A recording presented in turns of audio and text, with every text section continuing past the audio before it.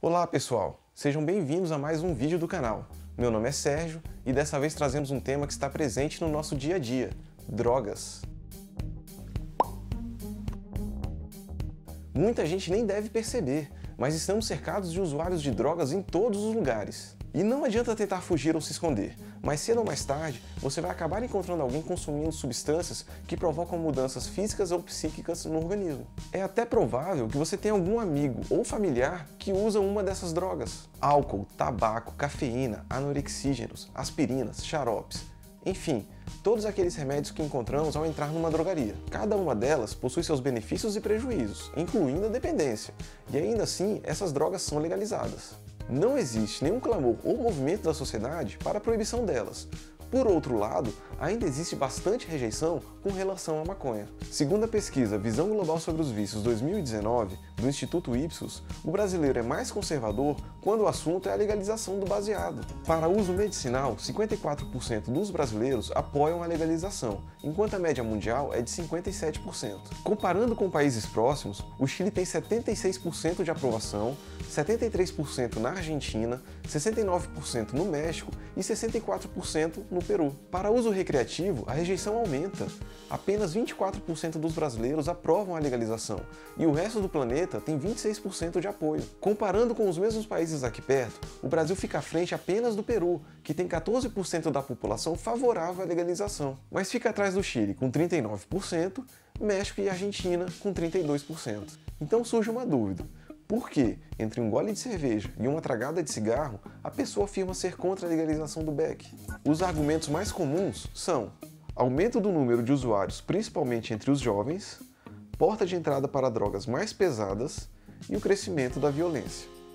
Vamos abordar todos esses pontos e mais alguns, pegando exemplos de lugares que já legalizaram o uso recreativo do bagulho para ver se essas preocupações foram confirmadas. Em 1º de janeiro de 2014, legalizaram a marihuana no Colorado, Estados Unidos. 5 anos depois, pesquisas não conseguem afirmar que aumentou o número de usuários entre os mais jovens. Alguns estudos afirmam que ocorreu até uma diminuição do uso da erva nos 3 anos após a sua legalização. Outro estudo sugere o contrário. Contudo, também informa que esse aumento pode ser falso, uma vez que legalizada a substância, as pessoas não ficam mais com receio de admitir que são usuárias. Enfim, ainda precisa de tempo para coletar e avaliar mais dados. De qualquer forma, não parece que encontraremos crianças enrolando um verdinho quando andarmos pelas ruas do Colorado. Sobre o cigarrinho do capeta ser porta de entrada para outras drogas, bem, talvez seja exatamente o contrário. Pesquisadores americanos e canadenses observaram que onde o hemp foi legalizado, diminuiu o consumo do álcool. De acordo com eles, 80% dos usuários não gostam de misturar álcool com maconha, e se tiverem que escolher entre um dos dois, preferem o bongo. Outras pesquisas também sugerem que viciados em analgésicos tendem a diminuir o uso de opioides quando dão um tapa na pantera. Ainda sobre o argumento, pesquisadores da Texas A&M University e da University of Florida avaliaram os padrões de uso de drogas nos Estados Unidos, ouvindo cerca de 3.000 estudantes, e chegaram às seguintes constatações. Os entrevistados que iniciaram o uso de álcool na 6ª série relataram um tempo de vida significativamente maior no uso de substâncias ilícitas e também o uso de substâncias ilícitas mais frequentes do que aqueles que iniciam o uso de álcool na 9ª série ou mais tarde. Nossos resultados apontam que quanto mais cedo ocorre o contato com o álcool, mais provável é que as pessoas se envolvam com o uso de substâncias ilícitas no futuro. Agora chegamos na parte da violência. Será que a liberação do skunk realmente faz aumentar o número de crimes? Voltamos para o Colorado, onde as pessoas contrárias à legalização mostram que houve aumento de crimes desde 2014, mesmo o ano em que o breu foi permitido. Contudo, segundo o artigo do MarketWatch.com, esse pode ser um caso de correlação que não significa necessariamente uma causa. Por exemplo, na Califórnia, os crimes diminuíram em Oakland e aumentaram em Fresno.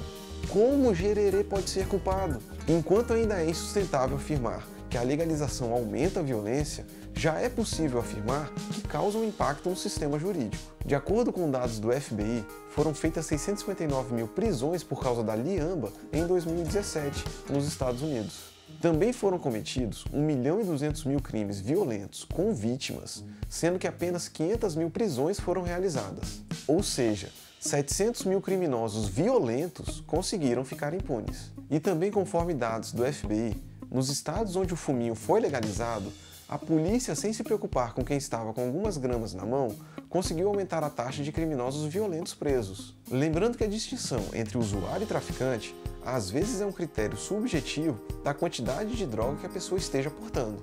Não só a polícia fica focada em assuntos mais graves, os tribunais também são desafogados e os processos andam mais rápido. Lembram do Colorado? Pois é, lá, no ano seguinte à legalização, os tribunais diminuíram em 77% o número de casos. E ainda tem o dinheiro gasto com presos. Hoje, no Brasil, temos uma população carcerária de mais ou menos 726 mil detentos, sendo que pelo menos 100 mil estão nessa situação por estarem portando menos de 100 gramas de erva daninha. Geralmente, são usuários que não possuem um comportamento violento, mas que agora vão ser jogados nas cadeias juntos com diversos tipos de criminosos de suas facções. As chances desses usuários serem aliciados aumenta. Estamos praticamente renovando a mão de obra dos grandes traficantes. Além de deixar a polícia ocupada com criminosos mais violentos, acelerar os processos judiciais, diminuir a superlotação das cadeias e não fabricar novos traficantes, também podemos incluir as vantagens financeiras de uma legalização. Junto da economia no sistema judicial, soma-se o dinheiro que a sociedade recebe através dos impostos.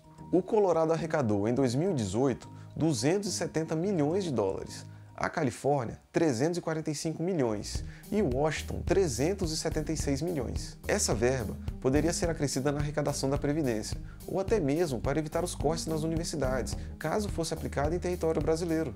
Não seria justiça poética os impostos da mufunfa financiar as pesquisas universitárias no país? Bom, se não ficou claro, estou falando apenas dos casos de lugares que legalizaram a droga para uso recreacional, porque sinceramente eu não tenho a menor ideia do que falar para quem é contra o uso medicinal. Só para citar alguns casos. Como remédio, o orégano pode ajudar no tratamento de epilepsia, ansiedade, esclerose múltipla e dores crônicas. Também não vou me estender sobre o óbvio. Com a legalização, diminui o tráfico. Não existe motivos para alguém ir a uma boca de fumo quando pode comprar na drogaria mais perto de casa. E se o preço da drogaria estiver muito caro, basta a pessoa plantar suas mudinhas em casa, sem estresse. Agora eu vou terminar. Gravar esse vídeo foi um tanto quanto estressante. Tivemos que analisar as fontes, redigir o texto, gravar e editar o vídeo. Preciso fazer algo mais relaxante. Maconhista!